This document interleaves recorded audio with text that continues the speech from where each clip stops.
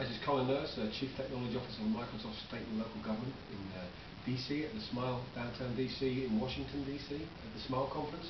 And I'm sitting next to Scott Mills, who's a constable in the Toronto police force. And we have got this passion about correlating juvenile truancy with street crimes in a location.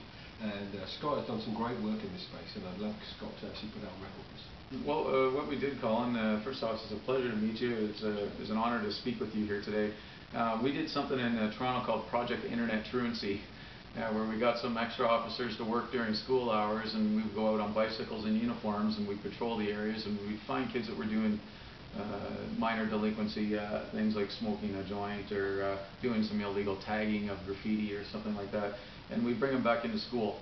And instead of arresting them and putting them into the courts, and their punishment per se was actually come out and do community building work with us, like graffiti cleanups, or if they were like a graffiti artist, they do amazing graffiti murals.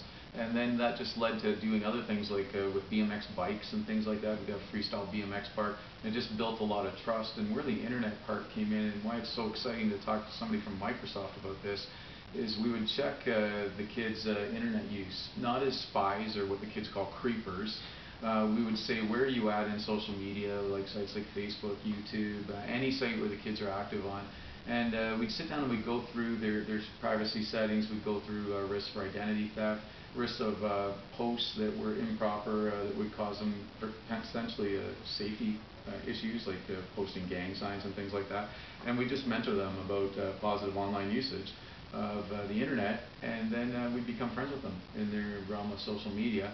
And when we had the next event, they would all show up again, and we give them community service letters, and we just took a negative and we brought it to a positive. And probably the best thing about it is the community members around the schools started to see the kids as part of the solution and not part of the problem, and the kids started to really respect the community members that lived around the school a lot more, because they realized that they were all the same. And it just built a great sense of community, and we transferred that online.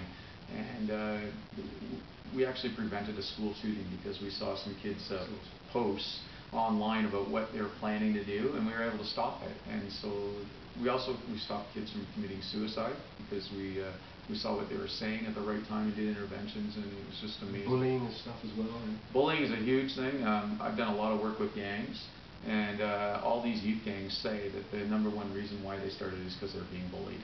And I saw so much bullying online in relation to gang activity. It was putting a fear into the entire youth population in downtown Toronto.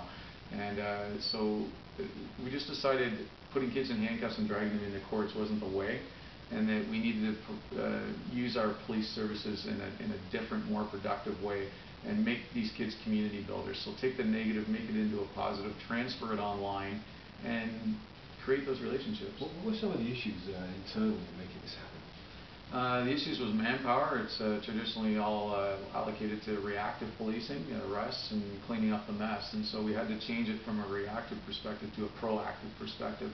And so that took a buy-in from the leadership. And I was lucky to have Superintendent James Dix, who's now retired in Toronto Police. He believed it. He said, write it up. It was based on a threat assessment model.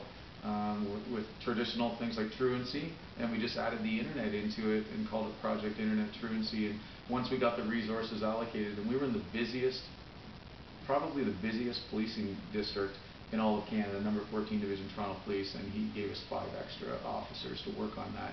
And that was 4 years ago. We now have 7 officers doing it. Are you able to quantify any sort of like benefits and savings-wise? I mean, or is it too soft a number?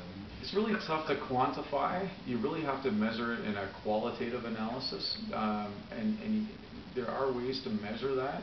Our arrests went way down, obviously. That's a great measure.